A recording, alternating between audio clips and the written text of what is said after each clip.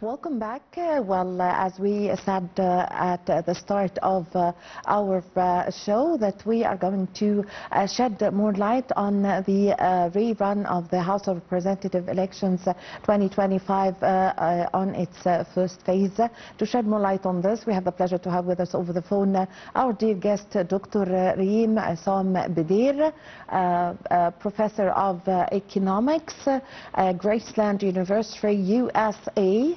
Good morning. Good morning to you, Mom, and good morning to the Egyptian people. Dr. Bedair, how did you follow the rerun of the House of Representatives election 2025? Give us an idea and the picture you have there in the United States. Absolutely. Actually, people or Egyptian people who live outside in diaspora, as expats, they participating in one of the most crucial voting scenarios that happen in Egypt nowadays about choosing the candidates to represent themselves in the Egyptian parliament. Actually, the social and expat participation affecting the shaping or reshaping of the political situation in Egypt. Yes, we are living outside, but we are still connected with our homeland. About 34.6 million of the eligible votes in Egypt in this House Parliament 2025, a significant percentage are living outside. Yes, they are, and the percent is really low, but they have a significant effect in reshaping the political and economic map of the House Parliament for the upcoming 5 years. Because, yeah. Yes, Dr. Bedair, Egyptian expatriates are actually keen on casting their ballots, seeing it as a national duty. We see long queues of Egyptians, actually the families holding the Egyptian flag, and some others are putting the flag on their shoulders, and we see very nice pictures and videos coming to us here. Could you please give us an idea about this? Absolutely. The people living abroad, participation boosts the political awareness for all the Egyptian people as all. Higher expat turnout raises the media attention, and also the party reach out. Like each extra 1% of the national turnout, about like with numbers, 346,000 voters, they are voting, which is turns the debates and like splitting when we have like intensive competition between two candidates, the expat or the people who are living in diaspora can split when these significant or intense debate or competition between two candidates in certain parties or in certain spots in Egypt. Yes, Dr. Bedair, could you tell us more about the preparations and the facilities provided by the consulates and the Egyptian embassies abroad for providing help and facilitating the voting process for the Egyptian expatriates? Absolutely. The National Election Authority established a strong connection with the foreign minister. We have an operation room which works 24 hours during this election. We have spots in 117 countries, which represent like 139 overseas voting stations all over the world. They are working 24 hours to support and provide the Egyptian people who are eligible to vote in this election with information a lot of information about the voting dates, the voting time during the day, and also the voting spots and the station. They provide them a lot of information about the candidates, their programs, their agendas for the upcoming 5 years. And they also facilitate a lot of facility to transport people, especially older people and people with special needs. They working along with the with the foreign ministry and also with the consulates and Egyptian representative offices all over the world. So they do a lot of effort during these parliament election on the first phase and also on the second phase to make sure all the eligible Egyptian citizens who are eligible to vote in this Egyptian parliament are knowing where to go to vote and also what are the dates and what is the facility they are provided to use it.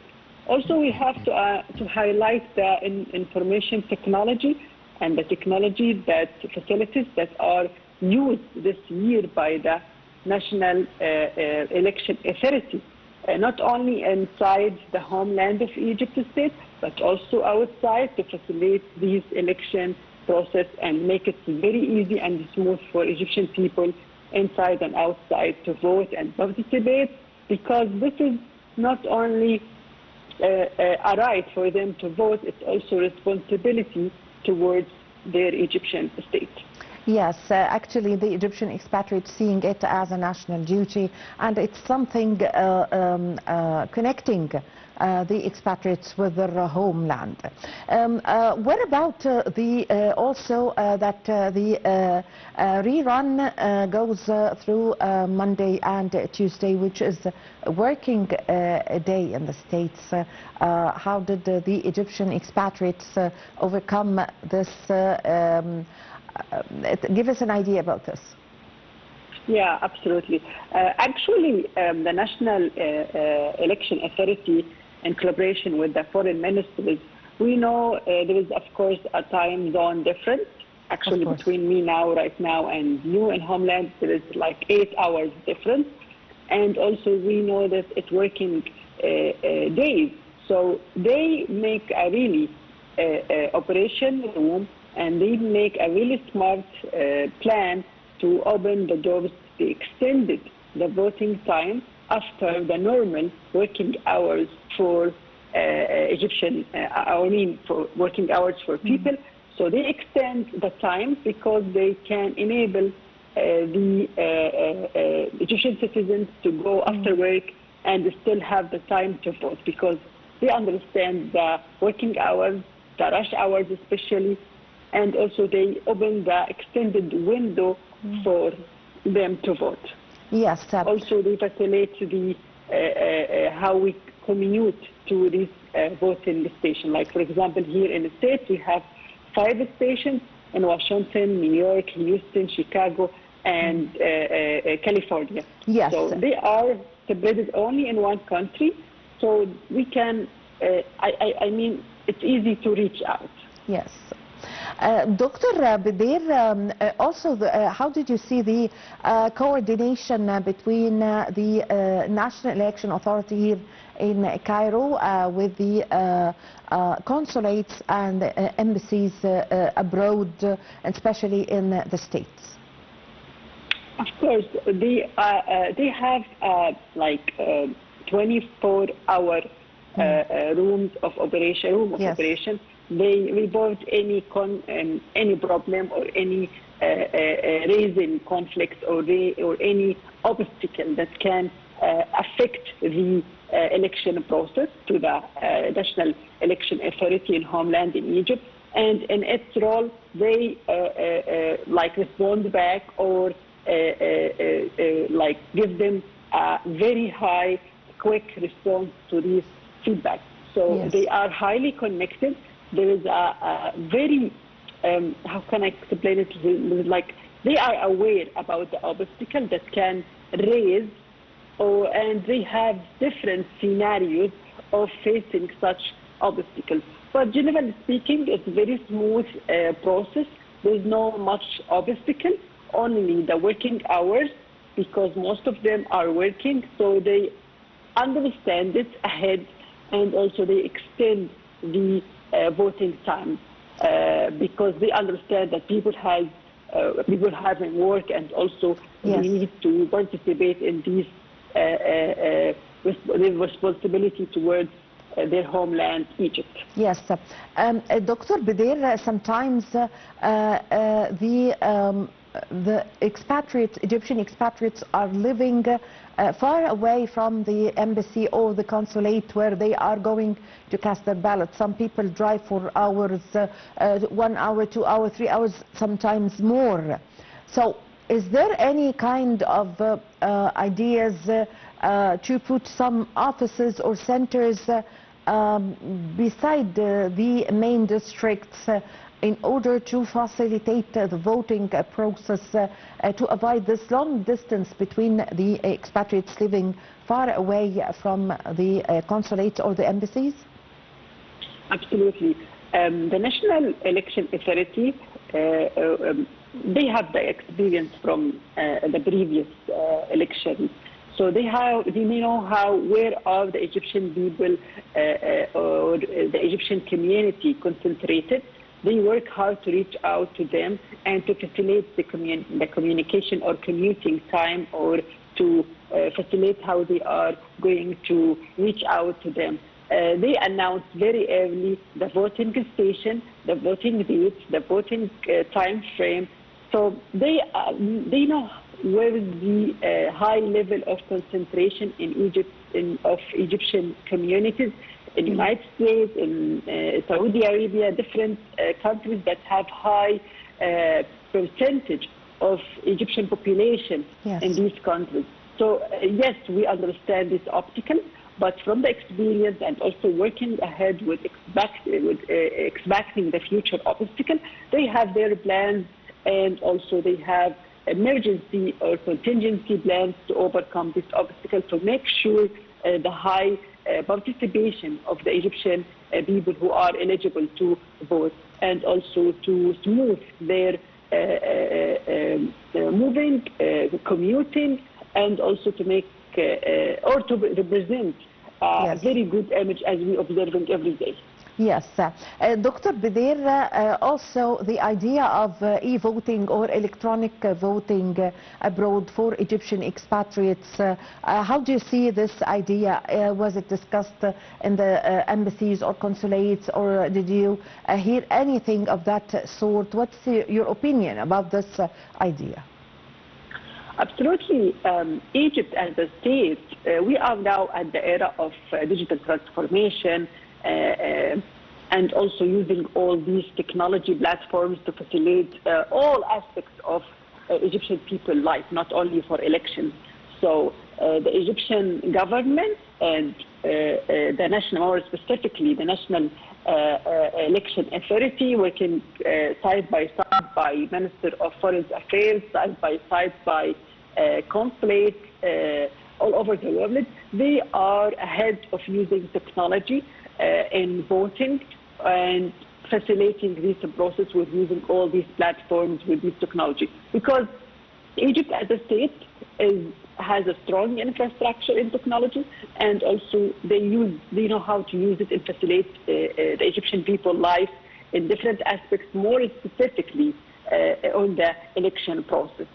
Yes, the keenness of the Egyptian expatriates to cast their ballots in the rerun, the first one, the second rerun, and the runoffs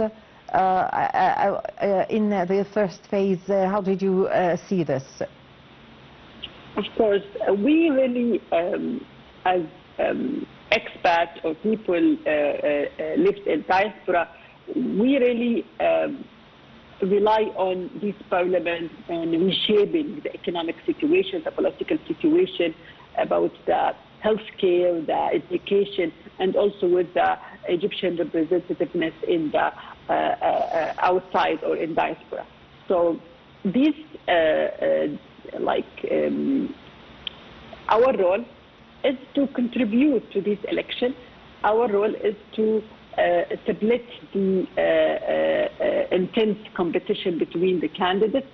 So I believe in this election, the Egyptian people who are living abroad in the first round, in the second round, they are contributing in reshaping the political map for the Egyptian state. Also, not only about the women representation, because we observing high percentage of women representation. Yes, of course. Not only in abroad, even here in Egypt, we see long queues of Egyptian women actually holding their children, and you know this very positive picture of the participation of the Egyptian women. Yes, this is if it has some insights. We can understand the increasing awareness of the Egyptian women. Egyptian women, as a mother, as a sister, as a daughter, they are contributing and standing shoulder by shoulder to their husband, to their brother, or to their children.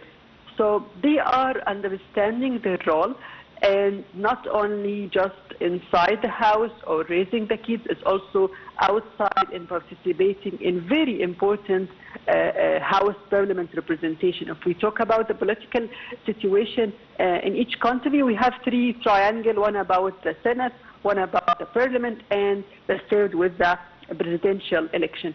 So women now, with a high level of awareness, they understand the rules, they understand their responsibility to their homeland country by going out to standing, as you see in the videos, which is transmitted lively from the voting station. They are standing in the very long line, and they are happy to participate in this political event. So they understand their roles, they do their roles. So women now, how we can see the women in the Egyptian society, it's different because increasing the awareness of women. We observed a very significant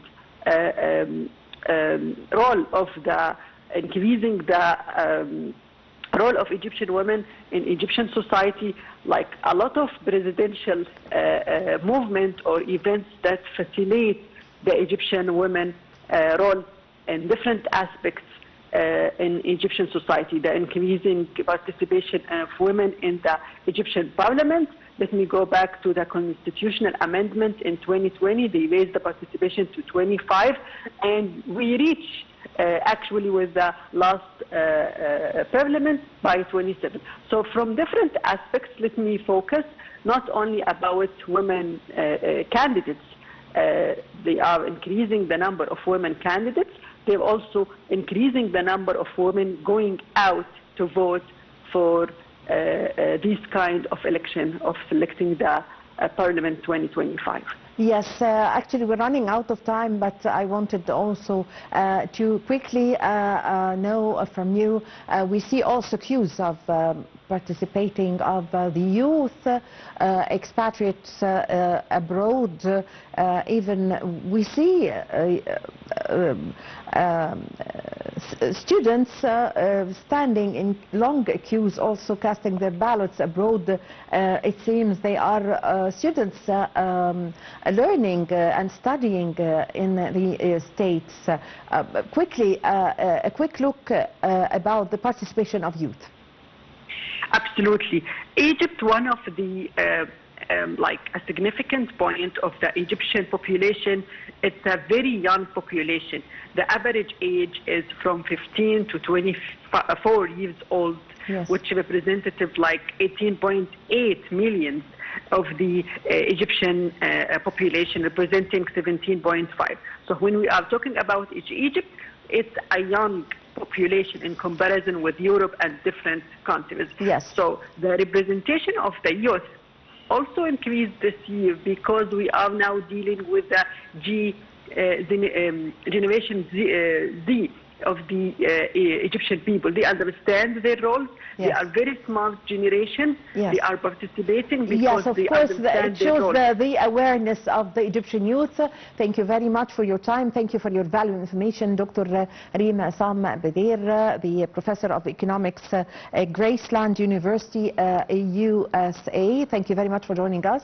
Ladies and gentlemen, thank you for following us in this segment. Please stay tuned. Within minutes, the top stories is coming up next.